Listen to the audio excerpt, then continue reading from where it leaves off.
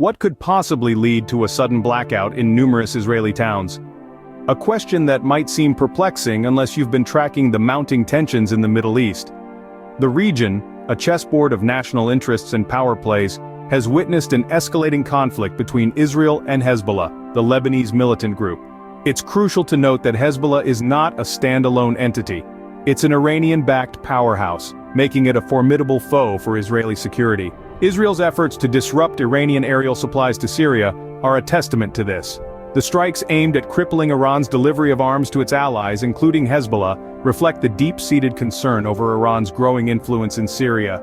Ground transfers through Iraq, Syria, and Lebanon have become less appealing due to local rivalries and disruptions along the Iraqi-Syrian border.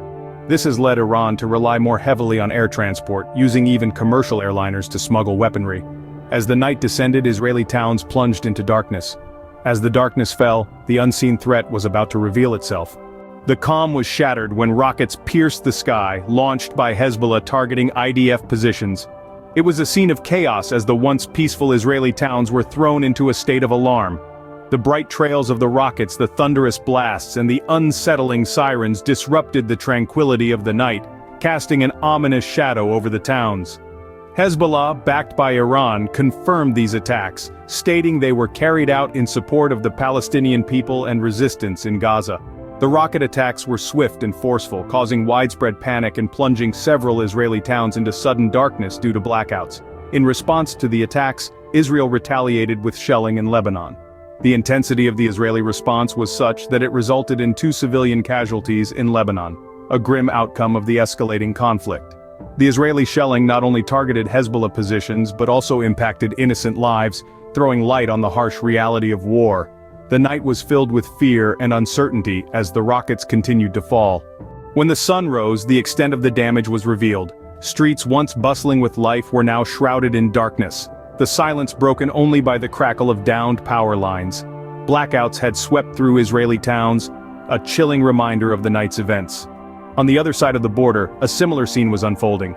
The echoes of Israeli shelling still hung heavy in the air over Lebanon. The attacks, a response to Hezbollah's assault on IDF positions, had exacted a tragic toll. 2 civilians, their lives abruptly and tragically cut short, were the unfortunate casualties of this escalating conflict. The fighting on the Israel-Lebanon frontier, eerily reminiscent of past skirmishes, had flared up again. A fragile truce in Gaza had collapsed, opening up another front in this tension-filled region. The cycle of attack and counterattack, of aggression and retaliation, had resumed with renewed intensity.